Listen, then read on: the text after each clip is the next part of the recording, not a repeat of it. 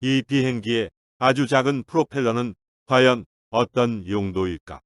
이 프로펠러는 바로 이 비행기의 풍력 발전기이다.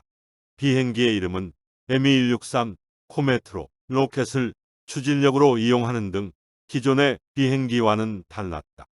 기존 비행기는 자동차처럼 엔진의 동력이 발전기에 전달되어 내부 필요 전력을 공급했지만 이 로켓 비행기에는 엔진이 없었다.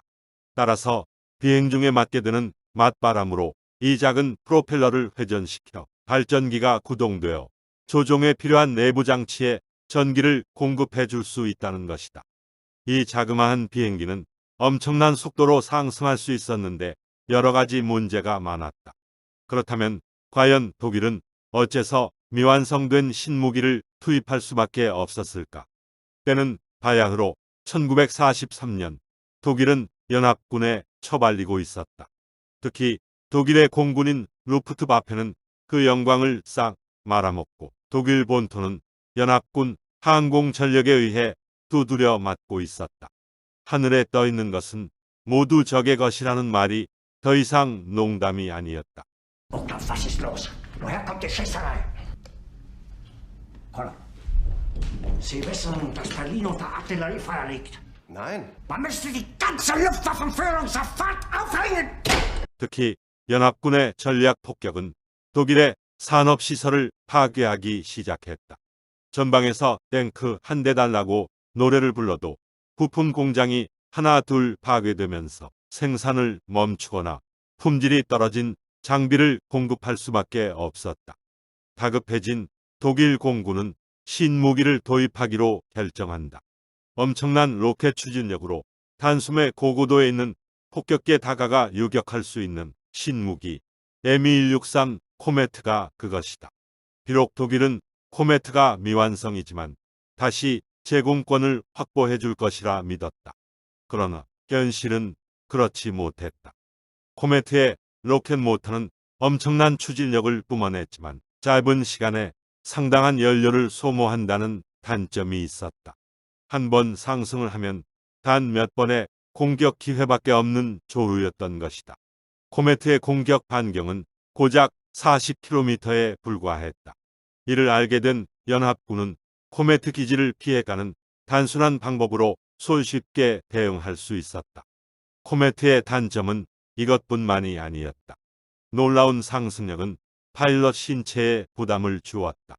코메트의 조종석에는 특별한 압력 장치가 없었기 때문에 순간적으로 떨어지는 압력은 파일럿의 조종 기량과 상황 판단 능력에 지장을 주었다. 이에 독일은 코메트 조종사를 특별 감압 시설에 훈련시키기도 했으며 고산지대에 머물게 하는 등 노력했으나 코메트 내부의 압력 조절 장치는 개발하지 못했다. 그럼에도 불구하고 코메트는 일부 조종사들에게 인기 있는 기종이었다. 기존 전투기를 능가하는 엄청난 성능을 맛본 조종사들은 코메트를 원했다. 다만 그들에게 감수해야 할 것이 또 있었다. 바로 위험한 연료였다. 코메트의 로켓은 두 가지 종류의 연료를 혼합하여 사용했다. 고농도 과산화수소인 T연료와 하이드로진과 메탄올 그리고 물이 포함된 C연료가 섞여 추진력을 냈는데 두 연료 모두 불안정하여 조금만 잘못 섞여도 폭발하기 일쑤였다.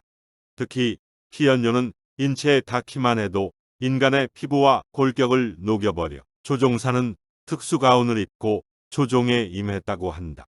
이 연료 문제는 착륙 과정에서 크게 부각된다. 초경량을 추구했던 코메트에는 랜딩 기어가 바퀴 형태가 아닌 작은 썰매로 착륙할 수밖에 없었다. 이 과정에서 약간의 충격으로도 연료 라인에 손상을 야기하기도 했었고 연료가 누출되어 폭발하기도 했었다. 특히 조종석 뒤에 보관하는 T연료가 누출되어 파일럿의 전신에 극심한 손상을 입고 사망한 사례도 있었다. 마지막으로 코메트의 무장은 Mk108 두 정이 장착되었는데 장탄량은 각 60발에 불과했다. 엄청난 속도로 고도를 높여 폭격기에 접근하더라도 공격 기회를 잡아 적을 격추시키기란 쉽지 않았다. 독일은 코메트의 놀라운 성능에 광적으로 집착하여 370여 기를 생산하였고 또 다른 개선품을 내놓았지만 연합군 항공전력에 미친 피해는 7기에 불과했다. 다만 연합군도 코메트의 출현을 경계했는데 그 이유는 엄청난 속도로 나타나 도망가는 코메트를 잡을 수 없었기 때문이다.